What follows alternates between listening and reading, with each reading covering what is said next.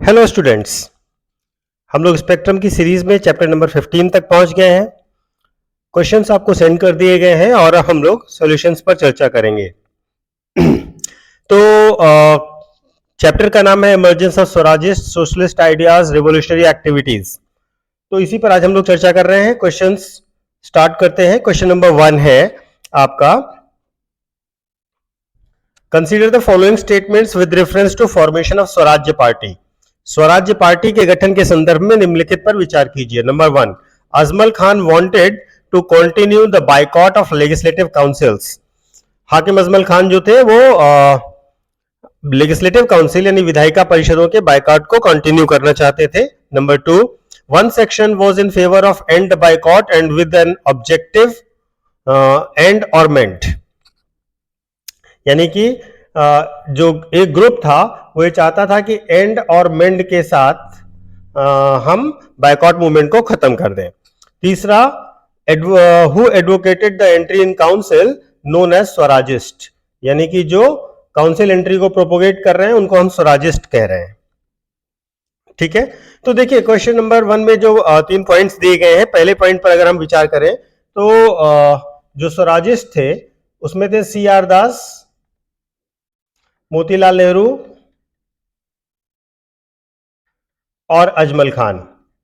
ये तीनों लोग काउंसिल एंट्री को प्रोपोगेट कर रहे थे, यानी कि बायकॉट नहीं कर रहे थे। तो पहला पॉइंट आपका गलत हो गया।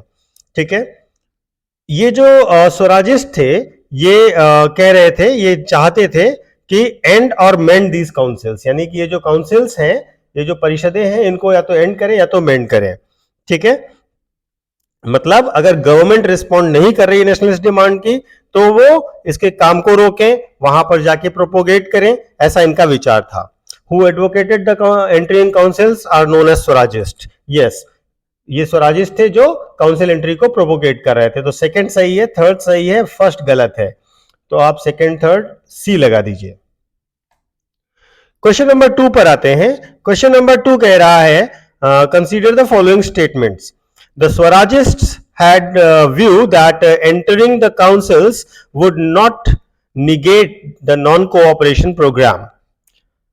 यानी कि जो स्वराजिस्ट है वो ये मानते थे कि काउंसिल एंट्री से नॉन कोऑपरेशन प्रोग्राम यानी असहयोग योजना पर कोई भी असर नहीं पड़ेगा। Number 2, Swarajist did not have intention to use the council for political gain, यानी कि जो स्वराजिस्ट है, जो स्वराज पार्टी वाले हैं, वो ये मानते हैं वो उनका कोई भी पॉलिटिकल गेन यानी कि राजनीतिक लाभ लेने का फायदा नहीं है परिषदों में जाकर के। Number 3, non changers had the view that entering the council would lead the loss of revolutionary zeal, यानी कि जो नो चेंजर्स हैं, देखिए दो हैं, प्रो चेंजर्स और नो चेंजर्स। प्रो चेंजर्स वो हैं जो एंट्री करने की बात कर रहे हैं, और जो नो चेंजर्स हैं वो कह रहे हैं कि अगर हम काउंसिल में एंट्री करेंगे तो जो विद्रोह की जील है वो कम हो जाएगी, खत्म हो जाएगी। ठीक है, तो देखिए स्वराजिस्ट ये हमेशा से मानते रहे हैं कि हमें काउंसिल एंट्री करनी चाहिए और इससे नॉन कोऑपरेशन प्रोग्राम पर कोई असर नहीं पड़ेगा, बल्कि उनका यह भी मानना है कि ऐसा करने से मूवमेंट को अदर रास्ते और अदर तरीके भी मिलेंगे जिससे हम अपने विरोध को प्रदर्शित कर सकते हैं। ठीक है, यानी कि राजनीतिक संघर्ष का एक नया द्वार खुल जाएगा अगर हम काउंसिल एंट्री करते हैं, ये स्वराजिस्ट का मानना है। ठीक है, और जो नो चेंजर्स है वो निश्चित तौर पर मानते हैं कि इससे रिवोल्यूशनरी जील कम हो जाएगी और धीरे धीरे पॉलिटिकल करप्शन भी देखने को मिलेगा। तो फर्स्ट सेकंड थर्ड तीनों सही है, आप इसमें डी लगा दीजिए। क्वेश्चन नंबर 3 पर आते हैं। Which of the following were Gandhiji's views on Swarajist party. Gandhi ji के विचार क्या थे स्वराजिस्ट पार्टी पर यानी स्वराज पार्टी पर। पहला, he never accepted the idea to join council, उन्होंने कभी भी काउंसिल एंट्री को सपोर्ट नहीं किया, एक्सेप्ट नहीं किया। Number 2, government crack down on the Swarajist helped them to gain support from Gandhi ji, सरकार ने जब स्वराजिस्ट के विरुद्ध कार्यवाही की तो गांधी जी का सपोर्ट उन्हें प्राप्त हो गया। Number 3, at the Belgaum session under the leadership of Gandhi ji, both Swarajist and no changers decided to work as integral part of Congress. जो बेलगाम सेशन हुआ था गांधी जी की अध्यक्षता में, वहां पर स्वराजिस्ट और नो चेंजेस दोनों ने मिलकर के कांग्रेस के इंटीग्रल पार्ट के तौर पर काम करने का डिसीजन लिया। ठीक है, ये 3 पॉइंट है। पहला पॉइंट कि उन्होंने never accepted the idea to join the council. देखिए, गांधी जी जो है वो इनिशियली काउंसिल एंट्री को अपोज करते हैं शुरुआत में।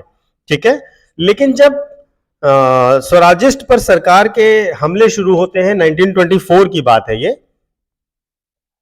1924 की बात है। ठीक है, तो जब शुरू होते हैं तो उससे गांधी जी नाराज हो जाते हैं और स्वराजिस्ट के साथ होने की घोषणा कर देते हैं। ठीक है, तो हम अगर ये कहेंगे कि ही नेवर एक्सेप्टेड, तो ये बात सही नहीं होगी। ठीक है, तो यहां पर ये चीज गलत हो जाएगी।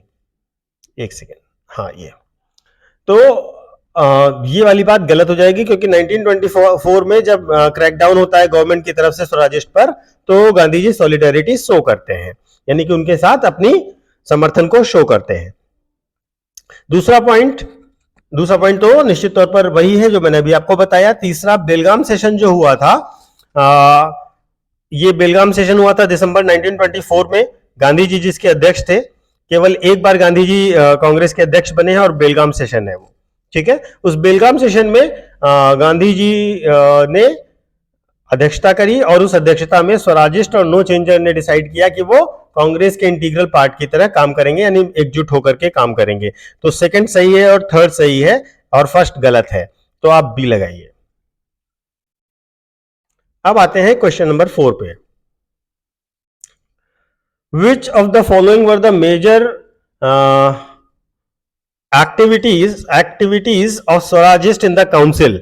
स्वराजिस्ट की काउंसिल में, यानी कि विधायिका में क्या गतिविधियां थी, प्रमुख गतिविधियां क्या थी? Number 1, Lala Lajpat Rai and NC Kelkar were the responsivists among the Swarajist, यानी स्वराजिस्ट में से जो प्रतिक्रियावादी थे वो लाला लाजपत राय और एनसी केलकर थे। No changers major emphasis was protection of Hindu interest. जो नो चेंजर थे वो हिंदू इंटरेस्ट को रोकने पर ही पूरा बल देते थे, हिंदू इंटरेस्ट को माने रखने पर ही पूरा बल देते थे कि हिंदुओं का हित बना रहे। वल्लभ भाई Patel was elected speaker of the central legislative assembly in 1925। Vallabh भाई पटेल को 1925 में केंद्रीय विधायिका का अध्यक्ष चुना गया। They expose the hollowness of the Montford scheme. उन्होंने मॉन्टफोर्ट सुधारों की कमियों को जनता के सामने ओपन किया। ये 4 पॉइंट है। तो अब देखिए, पहला पॉइंट कह रहा है लाला लाजपत राय और एनसी केलकर। ठीक है, ये लोग क्या थे? ये लोग रिस्पॉन्सिविस्ट थे अमंग द स्वराजिस्ट। ठीक है, तो स्वराजिस्ट में जो रिस्पॉन्सिविस्ट हैं उनके नाम आपको पता होने चाहिए। लाला लाजपत राय थे और इसके साथ साथ मदन मोहन मालवीय थे। ठीक है, एनसी केलकर थे। ये लोग रिस्पॉन्सिविस्ट थे। ठीक है ना, जो गवर्नमेंट के साथ कोऑपरेशन को भी एडवोकेट करते हैं जहां पर संभव हो, जिससे सरकार की मदद से चीजों को अच्छा किया जा सके। इसके साथ साथ हिंदू इंटरेस्ट को भी प्रोटेक्ट करना चाहते हैं। ठीक, वल्लभ भाई पटेल जो थे वो 1925 में सेंट्रल लेजिस्लेटिव काउंसिल के अध्यक्ष बने थे। ये बात सही है। और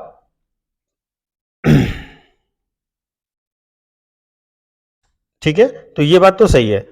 और दे expose the hollowness of मॉन्टफोर्ट reforms, तो ये भी सही है कि उन्होंने मॉन्टफोर्ट रिफॉर्म्स की कमियों को दूर किया था। हाँ, इसमें एक चीज जो आपको याद रखनी है वो बहुत इंपॉर्टेंट है। कमियों को एक्सपोज किया था, जो चीज आपको याद रखनी है वो बहुत इंपॉर्टेंट है कि इन्होंने पब्लिक सेफ्टी बिल, ठीक है, उसको डिफीट करवा दिया था, उसको गिरा दिया था। ये इनका बहुत बड़ा योगदान है, पब्लिक सेफ्टी बिल 1928 का। ये आप नोट करिएगा, पब्लिक सेफ्टी बिल 1928। ठीक है, ये बिल गिरा दिया था। ठीक है, इससे गवर्नमेंट को एक पावर मिल जानी थी जिससे वो अनडिजायरेबल और जैसे भी जो विदेशी हैं जिनको वो पसंद नहीं करती उनको वो बाहर वापस भेज सकती थी। ये इस बिल का एक इंपॉर्टेंट प्रोविजन था। ठीक है, तो ये एक एडिशनल इंफॉर्मेशन है जो आपको याद रखनी है। तो इसमें जो है आपके पहला सही है, दूसरा गलत है, क्योंकि नो चेंजेस नहीं थे, ये रिस्पॉन्सिटिविस्ट थे जो हिंदू इंटरेस्ट को प्रोटेक्ट करना चाहते थे, जिनके बारे में ऊपर वाली लाइन में दिया गया है। तो सेकंड गलत है आपका, फर्स्ट सही है, थर्ड सही है, फोर्थ सही है। तो 1 3 4 आप भी लगाइए। क्वेश्चन नंबर 5 पर आते हैं। Consider the following statements regarding constructive work of no changers. No changers के कंस्ट्रक्टिव वर्क्स की बात करनी है। Number 1, ashrams sprang up where young men and women worked among the tribal and lower caste। ऐसे आश्रम्स बने जहां पर नवयुवक और महिलाएं मिलकर के जनजातियों और निचली जातियों के लिए काम करते थे। Number 2, national schools and colleges were set up. National colleges और स्कूल्स की स्थापना हुई। ठीक है, देखिए ये जो नो चेंजर्स हैं, इनकी एक्टिविटीज को अगर आप ध्यान से पढ़ेंगे तो पाएंगे कि इन्होंने आश्रम्स खोले थे, और इन आश्रम्स में यंग मैन और वुमेन कंट्रीब्यूट कर रहे थे ट्राइबल और लोअर कास्ट को बेसिकली मेन स्ट्रीम में लाने के लिए। इसके सबसे अच्छे एग्जाम्पल आपको खेड़ा और बारडोली में मिलेंगे। खेड़ा एंड बारडोली, ठीक है। और इन्होंने जो काम किया था उस काम में एक चीज और है कि इन्होंने चरखा और खादी को प्रोपोगेट भी किया था, बहुत ज्यादा प्रचार भी इसका किया था। ठीक है, पॉपुलराइज कर दिया था इसको, लोग यूज करने लगे थे। ठीक है, दूसरी बात यह है कि नेशनल स्कूल और कॉलेजेस की स्थापना हुई थी, जिसमें नॉन कॉलोनियल आइडियोलॉजिकल फ्रेमवर्क पर काम किया जा रहा था कि लोगों को जो सरकार के विरुद्ध सोच को प्रोपोगेट किया जा सके, ऐसे विद्यालयों की भी स्थापना की गई थी। तो दोनों सही है, तो आप इसमें सी लगा दीजिए। अब आते हैं नेक्स्ट क्वेश्चन पर। क्वेश्चन नंबर 6 है, consider the following statement with spread of socialistic ideas. Samajwadi विचारों को लेकर के आपको स्टेटमेंट्स पर विचार करना है। Number 1, young nationalist inspired by the Soviet revolution Europe. ठीक है, जो युवा नेशनलिस्ट हैं वो सोवियत रेवोल्यूशन से प्रभावित हुए। Young nationalist were not critical to of both Swarajist and no changers. जो यंग नेशनलिस्ट हैं वो ना तो स्वराजिस्ट को लेकर के और ना ही नो चेंजर को लेकर के बहुत ज्यादा क्रिटिकल है, आलोचनात्मक है। Number 3, younger nationalist stressed upon the need to combine nationalism and anti imperialism. जो यंगर नेशनलिस्ट हैं उनका बेसिक फोकस, मूल उद्देश्य जो है वो राष्ट्रवाद और जो इंपीरियलिज्म है, जो कॉलोनियल थॉट है, उसके विरोध का है। ठीक है, साम्राज्यवाद का विरोधी है। ठीक, तो अब देखिए इसमें 1 2 3 स्टेटमेंट को अगर हम ध्यान से देखें तो पहला स्टेटमेंट यह है कि वो सोवियत रेवोल्यूशन से प्रभावित थे। ठीक है, जो यंग नेशनलिस्ट है वो सोवियत रेवोल्यूशन से प्रभावित है, वो गांधीयन आइडियाज और पॉलिटिकल प्रोग्राम को पसंद नहीं कर रहे हैं, उससे असंतुष्ट है, और इसीलिए इकोनॉमिक, सोशल और पॉलिटिकल इल्स ऑफ कंट्री के लिए रेडिकल सॉल्यूशंस देना चाहते हैं। ठीक है, तो पहला स्टेटमेंट आपका सही है। दूसरा स्टेटमेंट कह रहा है कि young nationalist were not critical to both Swarajist and no changers. ठीक है, जबकि जो यंग नेशनलिस्ट थे वो क्रिटिकल टू बोथ थे, यानी कि उनको ना तो स्वराजिस्ट समझ में आ रहे थे और ना ही नो चेंजर्स। तो दोनों के लिए इनका क्रिटिकल व्यू था, दोनों के लिए आलोचनात्मक थे। ठीक है, और तीसरा स्टेटमेंट कि उन्होंने नेशनलिज्म और एंटी इंपीरियलिज्म को कंबाइन करने पर स्ट्रेस किया, ये बिल्कुल सही है। ठीक है, तो पहला सही है और तीसरा सही है, दूसरा गलत है। तो 1 और 3 यानी कि सी लगाइए आप। ठीक है, अब आते हैं क्वेश्चन नंबर 7 पर। Consider the following statements. The communist party India was formed in 1920 in Kazakhstan. Number 2, MN Roy was jailed in the Kanpur Bolshevik conspiracy case. आपको बताना है which one is not correct. ठीक है, तो देखिए जो communist party of India CPI है उसकी 1920 में स्थापना हुई थी, और ये कजाकिस्तान में नहीं हुई थी, ये हुई थी ताशकंद में।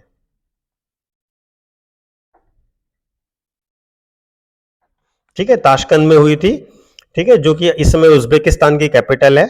इसमें एमएन रॉय, अबानी मुखर्जी, ये सब लोग बहुत इंपॉर्टेंट लोग थे। ठीक है ना, और एमएन रॉय इसके पहले अध्यक्ष भी बनते हैं। 1924 में कई सारे कम्युनिस्ट जैसे M N Roy, S A Dange, Muzaffar Ahmad, Shaukat Usmani, Nalini Gupta, ये सब कानपुर बोल्शेविक कंस्पिरेसी केस में जो है पकड़े जाते हैं। ये सब लोग आरोपित होते हैं कानपुर बोल्शेविक कंस्पिरेसी केस। तो एम एन रॉय को जेल भेजा गया था इसमें, सेकंड स्टेटमेंट सही है, तो ओनली 2 लगाएंगे। बाकी जो कांग्रेस बोल्शेविक कॉन्स्पिरेसी केस के नाम है उनको एक बार मैं दोबारा बोल दे रहा हूं, आप उसको नोट कर लीजिएगा। एम एन रॉय के साथ साथ एस ए डांगे, मुजफ्फर अहमद, शौकत उस्मानी, नलिनी गुप्ता। ठीक है, अब आते हैं नेक्स्ट क्वेश्चन पर। Question number 8, consider the following statements. In 1928 Jawaharlal Nehru presided over all Bengal students conference. Number 2, in Gujarat, the Bardoli Satyagraha was led by Gandhi ji. Number 3, the trade union movement was led by All India Trade Union Congress. ठीक है, तो इसमें आपको बताना है कि कौन सा करेक्ट है। तो देखिए, द ट्रेड यूनियन मूवमेंट जो है वो all India trade union Congress द्वारा लेड किया जा रहा था। ये 1920 की बात है। ठीक है, लाला लाजपत राय इसके पहले प्रेसिडेंट थे और जनरल सेक्रेटरी का नाम था दीवान चमन लाल। ठीक है, तो लाला लाजपत राय इसके पहले प्रेसिडेंट थे। ठीक है, गुजरात में जो बारडोली सत्याग्रह हुआ था वो गांधी जी ने नहीं लेड किया था, वल्लभ भाई पटेल ने किया था। तो सेकंड स्टेटमेंट तो गलत हो गया। ठीक है, 1928 Jawaharlal Nehru presided over the Bengal student conference. ठीक है, ऑल जो बंगाल स्टूडेंट कॉन्फ्रेंस है उसकी अध्यक्षता 1928 में जवाहरलाल नेहरू ने की थी। ये फैक्ट सही है, तो फर्स्ट सही है और थर्ड सही है, तो आप इसमें सी लगाइए। अब आते हैं क्वेश्चन नंबर 9 पर। Consider the following statements regarding revolutionary activities.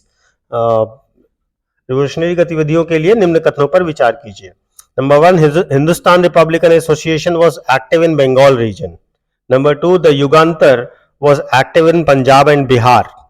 ठीक है, आपको बताना है कौन सा करेक्ट है। तो जो हिंदुस्तान रिपब्लिकन एसोसिएशन है जो बाद में एचएसआरए बन जाएगा, ठीक है, अभी एचआरए है, एचआरए जो है वो बेसिकली बंगाल में नहीं है। ठीक है, इसका मेजर फंक्शनल एरिया है Punjab plus UP plus Bihar. ठीक है, ये 3 एरियाज में है। युगांतर जो है Jugantar was active in Punjab and Bihar. नहीं, युगांतर जो है वो एक्टिव था बंगाल में। ठीक है, युगांतर के साथ जो है अनुशीलन ग्रुप्स है, चित्तागोंग रिवोल्ट है जो सूरसेन वाला है, ये सब बंगाल के हैं। ठीक है, तो फर्स्ट भी गलत है, सेकंड भी गलत है, तो करेक्ट बताना है तो आप इसमें डी लगाइए, नाइदर 1 नॉट 2। क्वेश्चन नंबर 10 पर आते हैं। Consider the following statements. The Hindustan republican association was formed by Ram Prasad Bismil, जोगेश Chandra Chatterjee and Sachin Sanyal. Number 2, the main objective was to support Gandhian ideas and philosophy. ठीक है, जो हिंदुस्तान रिपब्लिकन एसोसिएशन है उसका जो गठन किया गया था, एचआरए का नाम था इसका, बाद में इसी को हिंदुस्तान सोशलिस्ट रिपब्लिकन एसोसिएशन यानी एचएसआरए कर दिया गया था। इसकी स्थापना जो है 1924 में हुई थी, 1924 में हुई थी कानपुर में। ठीक है, इसमें राम प्रसाद बिस्मिल, जोगेश चंद्र चटर्जी, सचिन सन्याल ये शामिल थे।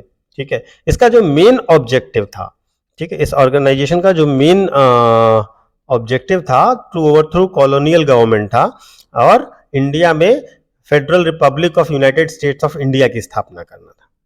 ठीक, तो गांधीयन आइडिया और फिलॉसफी को ये नहीं मानता है, ये एक अंग्रेजों का रिवोल्यूशनरी तरीके से विरोध करने का प्लान था इनका, और प्लस इसके साथ साथ भारत को एक federal Republic of United states of India बनाने का प्लान था इनका। तो सेकंड गलत है, फर्स्ट सही है, तो आपको ए लगाना होगा। नेक्स्ट क्वेश्चन पर आते हैं। क्वेश्चन नंबर 11 है, with reference to Kakori robbery consider the following statements. Kakori डकैती के बारे में निम्न कथनों पर विचार कीजिए। Number 1, the Kakori robbery was executed by Hindustan republican association members. Number 2, the Kakori is an obscure village near Gorakhpur. ठीक है, तो जो कॉकरी कंस्पिरेसी केस थी वो बेसिकली रिवोल्यूशनरी एक्टिविटीज की फंडिंग के लिए की गई थी। ठीक है, इसको हिंदुस्तान रिपब्लिकन एसोसिएशन ने किया था, जिसमें राम प्रसाद बिस्मिल की लीडरशिप थी। इसको इसमें जो लोगों ने सपोर्ट किया उसमें अशफाक उल्ला खां, राजेंद्र लाहिड़ी, चंद्रशेखर आजाद, केशव चक्रवर्ती, मनमथनाथ गुप्ता, मुरारी लाल गुप्ता, ये सारे लोग इसमें शामिल थे। ठीक है ना, तो इसमें जो है पहला वाला स्टेटमेंट जो है वो सही है। ठीक है, जो काकोरी है, ठीक है ना, वो काकोरी वास्तव में गोरखपुर के पास नहीं है। ठीक है, काकोरी कहां पर है? काकोरी लखनऊ के पास है।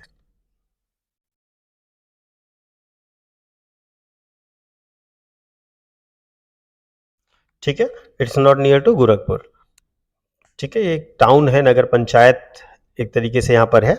ठीक है, करीब लखनऊ से यही 13-14 किलोमीटर जाएंगे नॉर्थ में तो आपको पड़ेगा काकोरी। तो सेकंड स्टेटमेंट गलत है, फर्स्ट स्टेटमेंट सही है, तो आप इसमें ओनली 1 लगाइए। अब आते हैं क्वेश्चन नंबर 12 पे। With reference to Kakori robbery the Hindustan republican association consider the following statement. Number 1, under the leadership of Bhagat Singh, the name of HRA was changed to HSRA. Number 2, HSRA adopted the socialism as its official goal. ठीक है, तो जो HRA से HSRA बना था वो भगत सिंह की leadership में नहीं बना था, वो चंद्रशेखर आजाद की लीडरशिप में बना था। ठीक है, भगत सिंह नहीं कहेंगे, चंद्रशेखर आजाद कहेंगे। और इसमें भगत सिंह शामिल थे, सुखदेव शामिल थे, भगवती चरण वोहरा शामिल थे। ठीक है, विजय कुमार सिन्हा थे, शिव वर्मा थे, ये सब थे, लेकिन लीडरशिप थी चंद्रशेखर आजाद की। ठीक, तो एचआरए से एचएसआरए बन गया। इसके बाद जो दूसरी बात क्या है? दूसरी बात यह है कि इसने सोशलिज्म को अपना ऑफिशियल गोल माना। हाँ, इसका ऑफिशियल गोल सोशलिज्म ही था। तो फर्स्ट जो है वो आपका गलत है, सेकंड सही है, तो आप ओनली 2 लगाइए। क्वेश्चन नंबर 13 पर आते हैं। Which of the following statement is true about the Surya Sen? About Surya Sen, Surya Sen के बारे में विचार कीजिए। Number 1, Surya Sen had participated in non cooperation movement. Number 2, he was a lover of poetry and admirer of Tagore. Number 3, he planned to occupy 2 main armories of Chittagong to seize the supply arms, to seize and supply arms. ठीक है, तो सूर्यसेन जो है उन्होंने non cooperation movement में भाग लिया था और नेशनल स्कूल जो था चित्तागोंग का, वहां के वो टीचर भी थे। ठीक है, उनको जो पोएट्री का शौक भी था और टैगोर और काजी नजरुल इस्लाम के ये एडमायरर भी थे। ठीक है ना, इन्होंने जो चित्तागोंग में डकैती भी करी थी। ठीक है ना, और एक आर्मी रेड भी थी, एक तरीके से कह सकते हैं। तो इसमें इन्होंने क्या किया था, जो मेजर आर्मरी थी चित्तागोंग की उसको सीज कर लिया था और सप्लाई ऑफ आर्म को डिस्ट्रॉय कर, सप्लाई ऑफ आर्म को रोकने का उद्देश्य था इनका। ठीक है ना, तो एक तरीके से इन्होंने जो काम किया था, इस काम में इनके कई सारे साथी भी थे, जैसे अनंत सिंह थे, गणेश घोष थे, लोकेनाथ बाउल, लोकेनाथ बाउल थे, ये लोग इनके सहयोगी भी थे। ठीक है, तो इसमें तीनों बातें सही हैं, तो आप इसमें डी लगा दीजिए। नेक्स्ट क्वेश्चन है, consider the following statements with respect to Bengal revolutionary. Number 1, there was a large scale participation of young women. Number 2, Beena Das was arrested and tried along with Surya Sen. Number 3, Kalpana Dutt fired point blank at the governor while receiving her degree. ठीक है, तो देखिए अगर हम इसकी बात कर रहे हैं तो large scale participation of young women, तो हाँ, इसमें यंग वुमेन जो है इनका लार्ज स्केल पार्टिसिपेशन था, जिसमें सूर्य सेन इंपॉर्टेंट है और इसके साथ साथ इन्होंने बहुत ही प्रोमिनेंट तरीके से इसमें काम किया था। ठीक है, कल्पना दत्त है जो अरेस्ट हुई थी सूर्य सेन के साथ। ठीक है, और उन्हें लाइफ सेंटेंस मिला था। It was not Bina Das, it was Kalpana Dutt. ठीक है। और बीना दास हैं जिन्होंने फायर किया था गवर्नर पर, बीना दास। ठीक है, तो सेकंड और थर्ड गलत है, केवल वन सही है, तो आप इसमें ए लगाइए। Question number 15, consider the following statement with respect to the revolutionary. Number one, during the late 1920s these revolutionaries had started moving towards mass politics. 1920 के अंत तक ये रिवोल्यूशनरी जो है वो राजनीति, जन राजनीति में उतरने की तरफ बढ़ने लगे। The philosophy of the bomb written by Bhagat Singh. Number 3, Bhagat Singh help to establish the Punjab Naujawan Bharat सभा, पंजाब नौजवान भारत सभा। ठीक है, तो देखिए अब इसमें जो 1920s के अंत का दौर है, उस दौर में रिवोल्यूशनरीज धीरे धीरे पॉलिटिकल एरिना में घुस रहे हैं और इंडिविजुअल हीरोइक एक्शन के थ्रू मास पॉलिटिक्स में एंट्री करने की कोशिश कर रहे हैं। ठीक है, द फिलॉसफी ऑफ बम जो है वो भगवती चरण वोहरा ने लिखी थी, भगत सिंह ने नहीं लिखी थी। भगवती चरण वोहरा। ठीक है, तो सेकंड स्टेटमेंट आपका गलत हो गया। Third, Bhagat Singh help to establish the Punjab Naujawan Bharat सभा। हाँ, पंजाब नौजवान भारत सभा जो है ये 1926 में एस्टैब्लिश होती है और इसको जो है ये रिवोल्यूशनरी मूवमेंट है और इसमें भगत सिंह ने मदद करी थी। तो फर्स्ट और थर्ड स्टेटमेंट सही है, तो आप इसमें बी लगा दीजिए। अब आते हैं क्वेश्चन नंबर 16 पर।